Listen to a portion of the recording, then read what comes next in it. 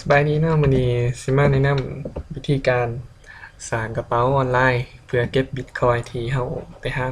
บิตคอยน์ฟรีนะสร้างบิตเท่ากับไปที่ URL แล้วก็พิมพ์คำว่า blockchain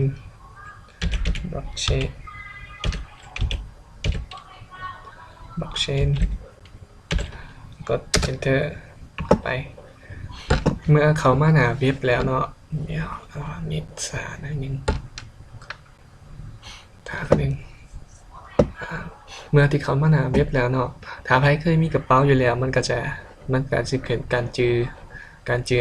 ID wallet ไว้เนาะแต่ว่าใครเคยสมัครแล้วนะแต่ว่าถ้าใครบ่ทันเคยสมัครเนาะที่ว่าแล้วต้องการอยากสมัครกระเป๋าใหม่กดเข้าที่ wallet ถ้าต้องการสมัครใหม่wallet ใหม่ก็กดเข้าไปที่ create free bitcoin wallet กดเข้าไปถ้าต้องการสมัครไหมเมื่อเข้ามาที่หน้านี้ก็ให้ใส่ทางเว็บให้ใส่อีเมลนะครับรหัสใหม่รหัสผ่านใหม่การสร้างรหัสและการยืนยันรหัสเนาะวิธีการปอดอีเมลของเราใส่อีเมลตัวนี้ต้องเป็นอีเมลที่เราใส่ได้แท้กดเข้าไป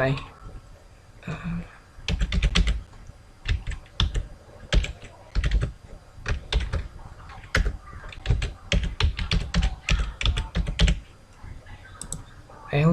จืออีเมลให้ดีกับรหัสเราต้องจือดีๆรหัสห้ามลืมเด็ดขาดตัวที่2ก็คือกันกับตัวนี้เมื่อตืมอีเมลเสร็จแล้วรหัสผ่านได้เรียบร้อยแล้ว2อันนี้คือกันรหัสผ่านกับการยืนยันนี่แล้วกดที่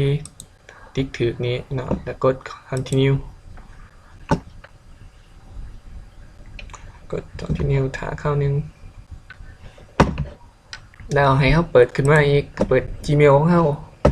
เพราะว่าทางเว็บมันสิส่งเขาก็ไปหาอีเมลของเขา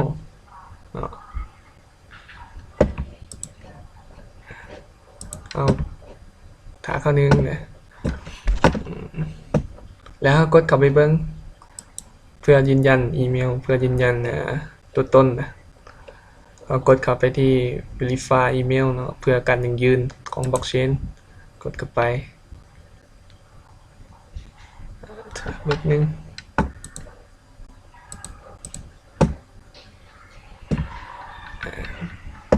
เรียบร้อยนะครับว่าเราเป็นเหตุการณ์ยืนยันตัวตนเรียบร้อยแล้วกดเข้าไปที่ wallet บัดนี้ถ้าเรามีกระเป๋าแล้วเราต้องการล็อกอินเข้าไปเบิ่งเนาะว่าเราสมัครสำเร็จแล้วหรือบ่เรากดเข้าที่ login now แล้วตัวนี้เป็น ID ของ wallet เนาะแล้วเราสิรู้ได้ว่า ID ของ wallet เฮานี่แม่นเท่าใดนะเราก็ไปเบิ่งในอีเมลของเราเนาะมันส่งเข้ามานี้เป็นของเราก๊อปไปใส่นี่เป็น ID ของ wallet ของเราที่ทางเว็บส่งมาให้ในอีเมลเนาะแล้วรหัสเป็นตัวเฮาตั้งนึงนี้ตอนในขั้นตอนการสมัครพิมพ์กลับไปกดใช้ครับใช้อินกดเข้าไปถามนิดนึง